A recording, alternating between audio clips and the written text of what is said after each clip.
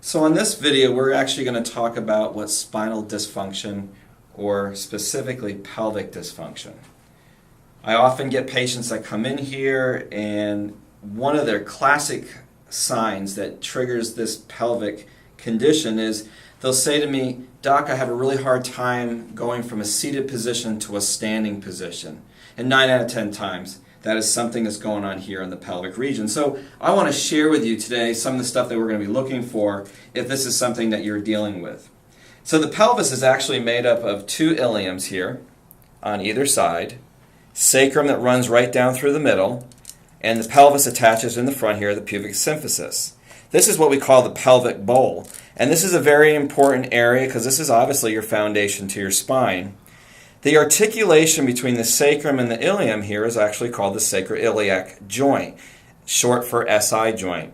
And a lot of people have, you've heard about this term over the years of SI joint dysfunction.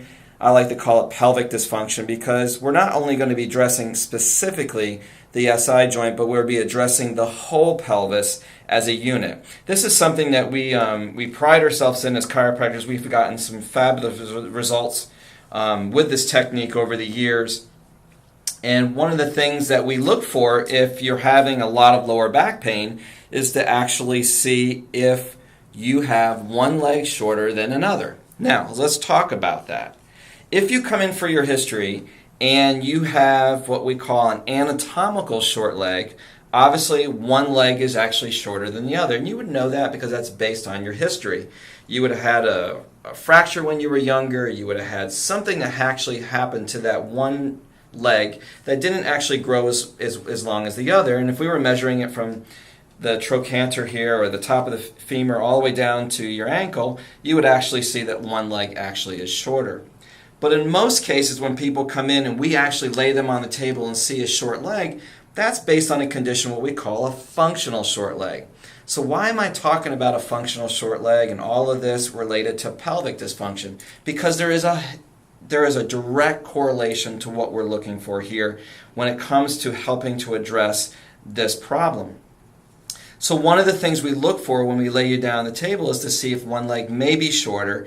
If there's nothing in your history that describes having an anatomical short leg, we look to see if that's present, and then we evaluate the pelvis. And what we're actually looking for is the orientation of where these joints are actually sitting. You can actually move this joint in a certain position, get it fixated in that position, and actually cause that leg to go shorter. It's not that it's really shorter from here down to your ankle. It's because of the orientation and fixation of where this joint is actually sitting. And that's important to a chiropractor because if this foundation is not balanced symmetrically and you have what we call a functional short leg on one side, that means you're carrying more weight on one side versus the other, and that creates this dysfunction that's going on in the pelvis. These joints were made to move and they're made to rock back and forth, just like you're seeing here. And when they get fixated and they don't rock the way they're supposed to is when you start noticing signs and symptoms such as having a difficult time going from a seated position to a standing position, or getting out of bed first thing in the morning, or a difficult time walking or standing for long periods of time. So I have Leo over here. He's going to be one of my patients, and I'm actually going to show you, Leo actually does have what we call a functional short leg. There's nothing in his history that shows that he has an anatomical short leg. He's a young boy. He's never had any trauma. But when you have somebody laying in this position, lying face down, we actually take a look to see if one hip may be higher than the other. And if we were to look here at his lower back, you could actually sometimes see one hip lying a little bit higher on one side versus the other. And then we progress down the leg to actually see, when we put the two legs together, if one leg is shorter. Now, actually, Leo here actually has one leg shorter than the other. This is what we call a functional short leg. And if we can get that video right there, you can actually see that the left side is shorter than the right. Now, I can pull on this. We're pulling them down together. When I still pull them together, you can actually see that that's the case. This would mean to me as a chiropractor that this joint here is not oriented in the direction that it should be. And by simple adjustment, moving this anterior and addressing both of these joints, we could restore better movement in this pelvis.